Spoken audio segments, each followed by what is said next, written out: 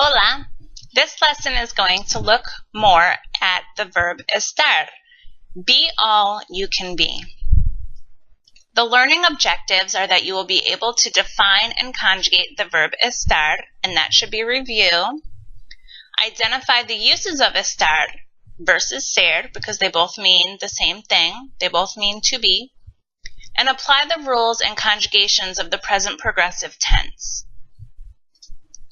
Here's a review of the verb estar and how to conjugate it. It means to be. Yo estoy, I am. Tú estás, you are. Él, ella, or usted está. He, she, or you formal is. Nosotros estamos, we are. Vosotros estáis, you all in Spain are. Ellos, ellas, or ustedes están, they are, or you all are in Latin America. Just a quick reminder that there are accents over the two él, ella, usted, vosotros, ellos, ellas, and ustedes forms. The only forms of estar that don't have an accent are yo and nosotros.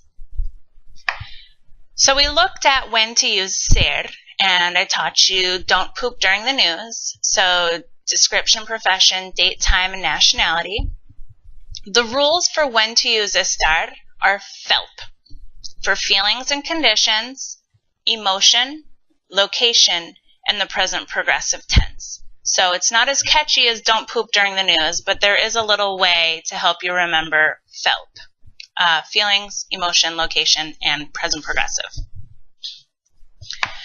Feelings. So use estar when you're talking about emotional and physical states that are conditions that are likely to change. So these are kind of temporary conditions that you would use to describe yourself and others on how you're feeling. Some emotions you might use are enojado, angry, contento, content, triste, sad, feliz, happy. All of these are conditions of your emotions that often change.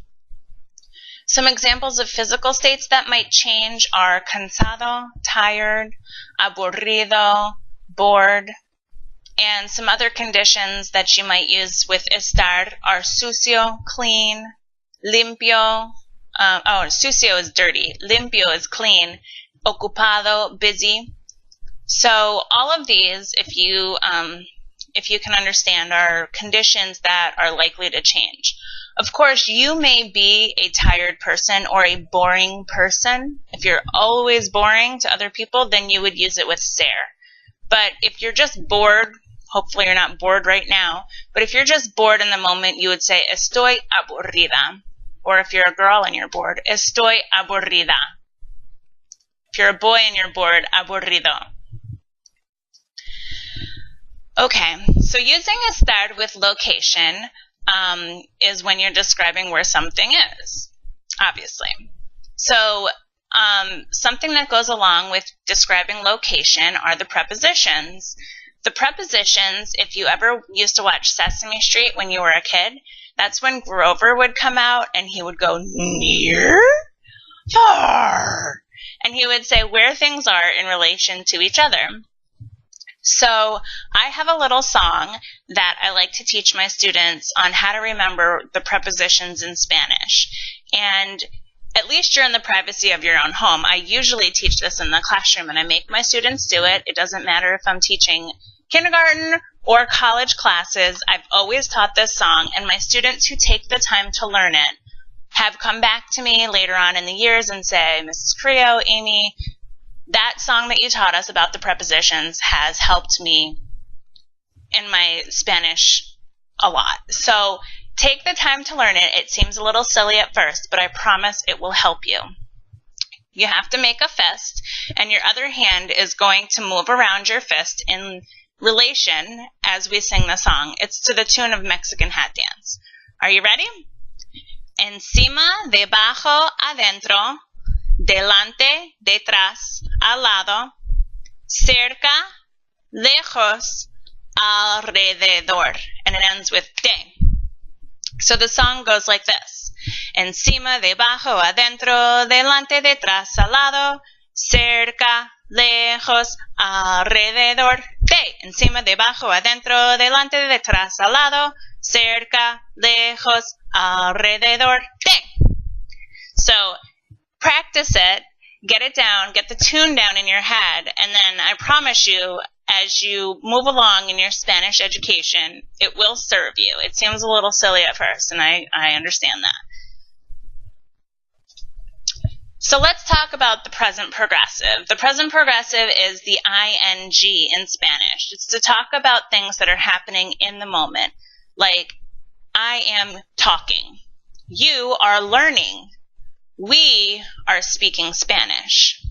So to make the present progressive or form the ing in Spanish, you need to use the verb estar. So you have to conjugate it. And then to talk about whatever is happening, if it's an AR verb, you're going to drop the AR and add ando. For example, I am speaking, so estoy hablando. And if it's an ER or IR verb, you're going to drop the ER or IR, just like we're conjugating it, but all the forms end in yendo. So, comiendo, abriendo, aprendiendo. Ustedes están aprendiendo. There's three parts. You need the person, the form of estar, and then the infinitive changed to ando or yendo. So let's see how it looks with some more examples. She is eating. The verb to eat is comer. So let's drop the ER. We have com. And then we add yendo because it's an ER verb. And you have to use estar before it, conjugated for she. So the answer would be ella está comiendo. She is eating. I am studying. The verb is estudiar. Drop the AR. You're left with estudi. And then you add ando because it's an AR verb. So estudiando is studying. To say I am studying, yo estoy estudiando. We are working. To work is trabajar. You drop the AR. You're left with trabaj. And then you add ando. So we have trabajando is working.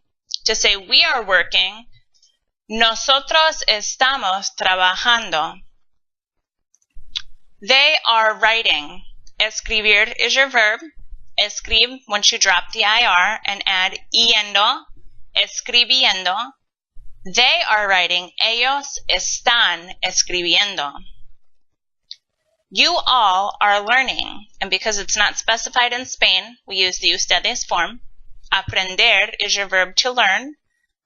Drop the ER, you have aprend, and add yendo. So we have aprendiendo, learning.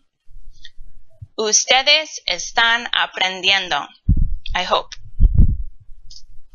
Time to check yourself. Can you define and conjugate the verb estar? Can you identify the uses of estar versus ser, and that's flep versus don't poop during the news? And can you apply the rules and conjugations of the present progressive tense? Estoy muy contenta. And don't forget that preposition song.